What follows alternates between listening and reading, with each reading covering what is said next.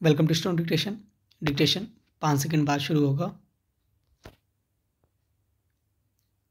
Ready start.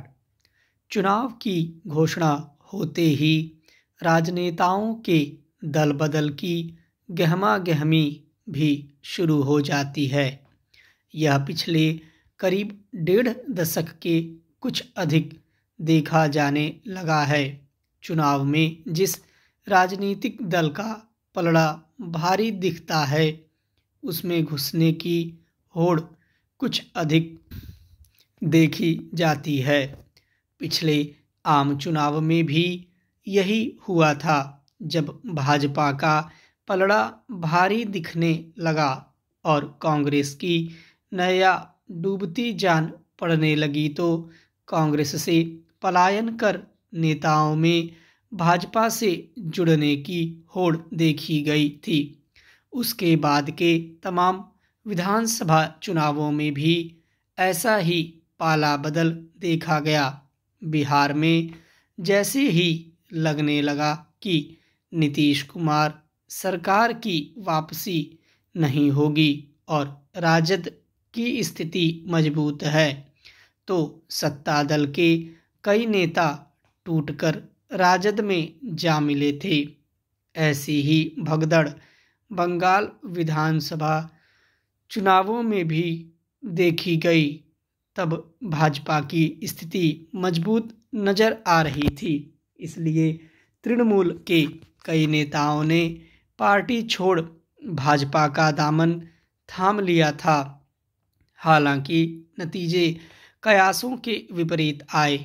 वही स्थिति अब उत्तर प्रदेश में दिखाई दे रही है। कांग्रेस और भाजपा छोड़कर समाजवादी पार्टी में शामिल होने वाले नेता जैसे कतार लगाकर खड़े हो गए हैं। चुनाव की घोषणा से पहले हुई चुनावी रैलियों के मद्देनज़र कयास लगाए जा रहे हैं कि समाजवादी पार्टी की स्थिति मजबूत है। विशेषज्ञों का आकलन है कि सपा सरकार भी बना सकती है। ऐसे में भाजपा और कांग्रेस के असंतुष्ट नेता सपा से हाथ मिलाते देखे जा रहे हैं। भाजपा के कद्दावर नेता स्वामी प्रसाद मौर्य और कांग्रेस के इमरान मसूद के सपा में जा मिलने से प्रदेश के चुनावी गणित में बड़ा उलटफेर होने की संभावना जताई जा रही है। इनसे पहले ओम प्रकाश राजभर आदि कई नेता जो पहले भाजपा के थे अब सपा से जा मिले हैं। अभी और कई नेताओं के सपा में आने के कयास लगाए जा रहे हैं।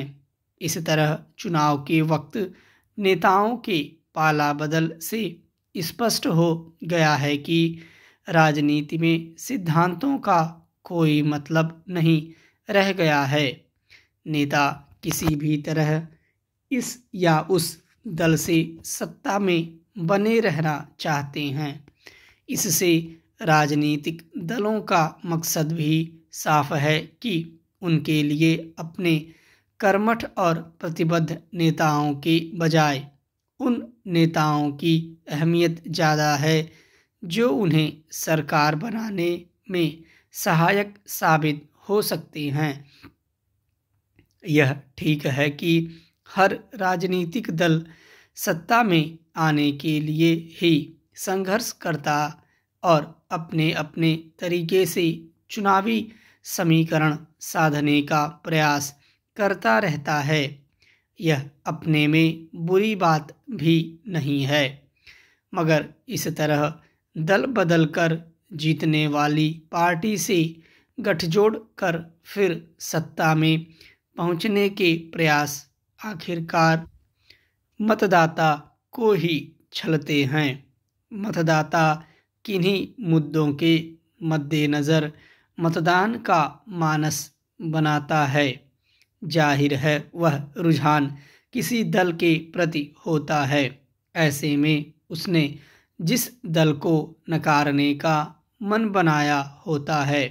अगर उसी दल का नेता जीतने वाली पार्टी में आकर चुनाव जीत जाता है तो यह एक तरह से मतदाता के साथ धोखाधड़ी ही कही जाएगी।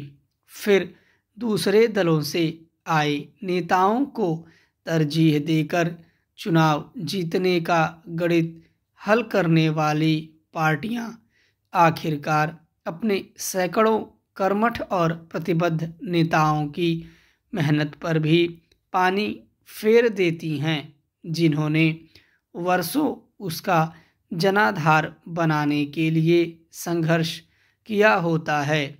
इसे किसी भी रूप में लोकतांत्रिक तरीका नहीं कहा जा सकता। विधानसभा चुनाव वाले राज्यों में दल बदल का सिलसिला कायम हो जाने पर हैरानी नहीं। यह तय है कि आने वाले दिनों में उत्तर प्रदेश, उत्तराखंड से लेकर गोवा, मणिपुर और पंजाब तक में यह सिलसिला और तेज होगा। दल बदल की इस बीमारी का कोई इलाज नहीं, इसलिए और भी नहीं क्योंकि राजनीतिक दल खुद इसे बढ़ावा देते हैं। कई बार तो वे दूसरे दलों के नेताओं को अपने दल में इसलिए भी लाते हैं ताकि यह संदेश दिया जा सके कि उनके पक्ष में हवा चल रही है। यह बात और है कि इसके आधार पर यह अनुमान लगाना मुश्किल होता है कि कौन दल बढ़त हासिल करने जा रहा है, क्योंकि अक्सर नेता अपना टिकट कटने के अंदेशे में पाला बदलते हैं। विचारधारा उनके लिए कपड़े की तरह होती है, वह उसे न केवल बहुत आसानी से बदल लेते हैं बल्कि उसके लिए सुविधाजनक तर्क भी गढ़ लेते हैं। बतौर उदाहरण, उत्तर प्रदेश सरकार में कैबिनेट मंत्री स्वामी प्रसाद मौर्य ने दलितों, पिछड़ों, बेरोजगार नौजवानों आदि की उपेक्षा का आरोप लगाते हुए भाजपा छोड़ दी। वह तत्काल प्रभाव से समाजवादी पार्टी में शामिल हो गए। स्वामी प्रसाद बसपा से भाजपा में आए थे। करीब 5 साल तक मंत्री रहने के बाद अचानक उन्हें याद आया कि वह जिस सरकार में मंत्री हैं उसमें दलितों, पिछड़ों, नौजवानों और व्यापारियों की उपेक्षा हो रही है।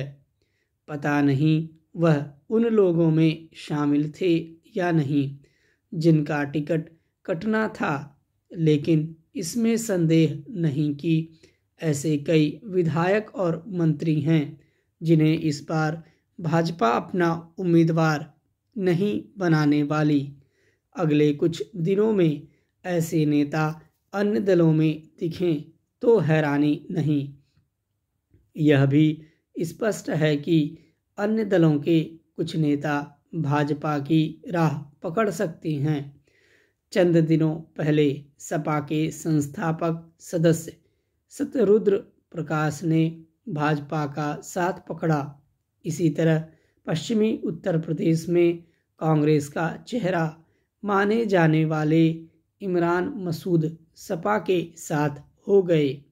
जैसा उत्तर प्रदेश में देखने को मिल रहा है वैसा ही विधानसभा वाले अन्य राज्यों में भी। पंजाब, गोवा और उत्तराखंड में कई नेता इधर उधर होने शुरू हो गए हैं। जब सत्ता की मलाई सर्वोपरि हो तब फिर विचारधारा केवल एक आड़ ही होती है। नेता यह आड़ लेने में इसलिए समर्थ हो जाते हैं क्योंकि जाति मजहब में बटा मतदाता भी दल बदलुओं को पुरस्कृत करता है। इसी कारण दल बदलू मंत्री ऐसे थोथे आरोप के साथ सामने आते हैं कि उनके लोगों की उपेक्षा हो रही थी। साफ है कि ऐसे नेता मंत्री होकर भी जाति बिरादरी की राजनीति से ऊपर नहीं उठ पाते और वे पूरे समाज के लिए काम करने के बजाय अपने लोगों के हित साधते हैं। स्टॉप।